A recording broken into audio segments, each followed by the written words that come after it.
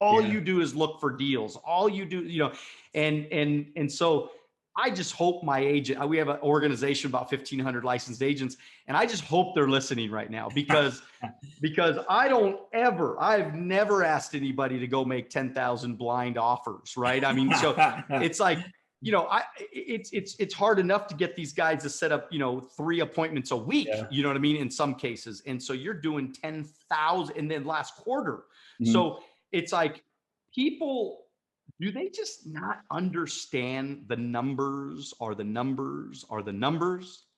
I think people are scared to put that much out there because when you so last year, right before the pandemic hit, I talked about, we had that Project One. I sent out 55,000 pieces of mail in January 29th. I sent it out. We had the live event because I wanted to have responses back to walk in the live event February 29th.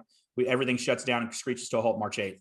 So when you send out 55,000 blind offers and your average price is about $20,000 to $30,000 a deal, think about just how much money that is. And so people get scared by that amount. Well, if you know you're only going to get 1% or 0.1% or 0.01%, the number becomes manageable. But if you know you have really good deals, you can find money. And that's where everybody gets scared. Well, I can't send out $70 million in blind offers. Why not? If you only get 1 million of it and you're buying at 30 cents on a dollar, you do it all day.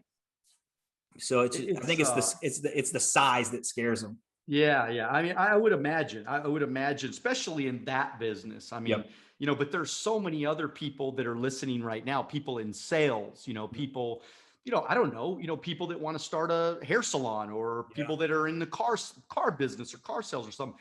They just don't prospect enough. They just don't talk to enough people, and they don't even have to buy, $70 million worth of offers and they don't. So to me, it's like, it's like abundance mentality. Like to me, what the greatest thing that I just learned from you in the first couple of minutes is you are the ultimate like abundance mentality guy, because it's not lack in limitation for you. Like you are going to, some way, somehow send out as many offers as possible, knowing that something good is going to happen from that, right? You just know your numbers, right? How important is it for people to know their numbers? And a lot of people don't take the time to learn that piece. So you talk about opening a hair salon. We had a friend that was opening a hair salon and said, hey, this is how we market in a target area on Facebook. You can do that with your hair salon for $20 a week. And she didn't believe me, but I say a hair salon, hers was an eyelash salon, brand new company startup. She does it. I tell her, come over, let me set up your Facebook. Did it one time, and she booked out her schedule, and she didn't understand. She's like, well, I don't get how this really works. And I was like, because the people that you target in that geofence that we built on Facebook are seeing your ad, and you've got a special. Now they're coming to you. Now you're their lash girl, and now that's how it works. And so it all correlates, whether it's sales or a service business, or if you're investing in something and trying to buy that widget for a certain price. I mean, think about it. I mean, just in United States and Canada, there's 400 million people. So we ain't going to run out of people to go see. We're not going to run out of properties to go see. We're not going to run out of anything. And every time every time a market shrinks, another market is created somehow. And that's the abundance mentality that I'm talking about. And so, man, you know what? You're an interesting guy. I'm excited about talking with you. This is great to meet you, man. And by the way, if you're listening right now, I am talking with the incredible Justin Sleva. And we're talking about everything. We're talking about marketing. We're going to be talking about land and investing and all that kind of stuff.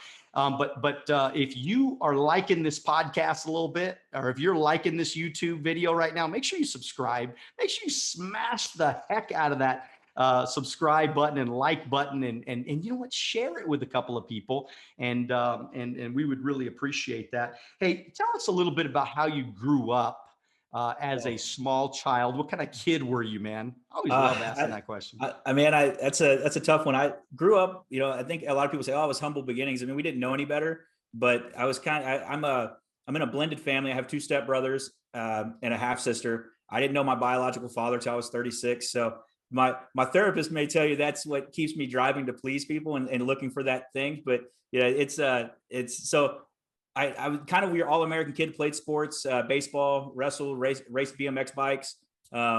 was like your prom king kind of homecoming thing. And then from there went to college, and I had the opportunity to go work for the railroad while third year college. And it was make $100,000 a year working in a railroad or finish college. And so I went into the workforce and started working early. I've been with my wife since we were 19, and we're still together now. So we're 20 years together. That's awesome, man. Very, very, very exciting story. And but so how did you find your dad? Like what happened there? Well, tell me about that story. So you have ancestry.com and 23andMe, and we put my stuff on ancestry.com when it first started. And we had somebody popped up as a second cousin in Arkansas, which was kind of funny. And so we used a database to reach out and said, hey, your name popped on this, because they didn't have a real name. It was just their user ID. And she goes, oh, that was my grandma. So it turned out to be a second aunt. She said she only had one brother and he had three sons, and there was only one of them that was my age. And so just the power of the internet, you can search people. We've met and we've become friends, and we go on hunting trips together. He's a big hunter.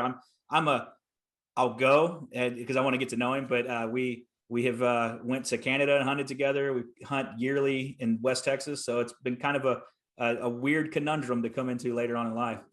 Yeah, what a weird thing, man. It's 36 years old, man. Just kind of, rekindling that relationship. And so were you smart in high school? Did you do good in school? Were you a good kid? Did you get in trouble?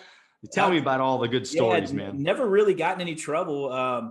I was one of those kids that graduated top 10%, but never studied. I was on a dean list in college, never really studied, just kind of went and figured it out. So I wasn't an overachiever where I had to work really hard for it, but I went and had a good time and was nice to a lot of people. I tried to say hi to everybody I could and treat them well. Well, you're the kind of person that most of us don't like, because everything is way too easy for you, man. Way too easy. So I had to read the page like 3 times before I got it. Oh no. And I was not a good student. I just did not do good in school and growing up, and everything was hard for me, man. I'm still, my family laughs at me all the time because I'm still the guy to get the last, I get the joke at the end, and I figure things out. They're like, Dad, you just got it. And I have a 15-year-old and an 18-year-old. And so they go, Dad, you just got it? And I said, yeah, just got it. And so, but I mean, did you have was it tough? I mean, growing up without your biological dad, or how was that kind of situation for you mentally? Because you talked about a therapist. So tell us about mentally what happened to you. I think I say that in jest. I think everybody can use somebody like that to bounce ideas and coaches and things on, and not to downplay mental health, because I think that it's important. Personally, I feel we all carry trauma from the way we were raised, whether good, bad, or indifferent. You could grow up in the perfect household, perfect family, and that's going to create something that's going to be odd for you later on in life. The hardest things for me, and it still bothers me today, is like your seasonal stuff at Christmases and things. When you have step brothers and half sisters and you're in a blended family like that, they go to their other parents and you're at home still. They come back, and as you're young, you don't understand the materialistic side of it, if you will. Like, so they come back with a car full of gifts, and you didn't get anything extra. Why aren't you good enough? Why didn't you do that? And, you talk about the kids that are spoiled and then they turn to adults and they don't know what to do with it, or the kids that had to work for their stuff and then they get there and it's not anything to go work for what they want. And so that was I think for me that, my 14th birthday, my birthday present was a job. I got a job at Winn-Dixie. Like, my mom knew the manager and she's like, hey, I got your birthday present. We got a job. And so I remember it to this day. It froze over in Texas, and I'm pushing shopping carts up a frozen hill, and I'm sliding down backwards because the parking lot's frozen. But I think it's important you don't dwell on those things, and that's where people get themselves in trouble. They use that as an excuse to not go try or not go do something, and they don't use it as a reason to be your motivation to be better and help people. And you mentioned having kids. I have 7-year-old twins, and I have a 2.5-year-old, and my motto for them is be the dad that you wanted, or the dad that you needed, And so when I think about, like, if I'm tired and I don't want to go play, I'm like, well, what I wanted my dad to be there, what kind of things, what would I wanted to know at that age? And, we raced BMX bikes together. We have a national race this weekend. We've qualified in the state as top in the state. And so we do these things together. So, it's I'm selfish because it's for me, but I know that it's going to be a lasting relationship with them and memories for them. Thank you for watching our short clips on Alonzo Academy. If you'd like to watch the next short clip, click here. If you'd like to watch the entire podcast, click here.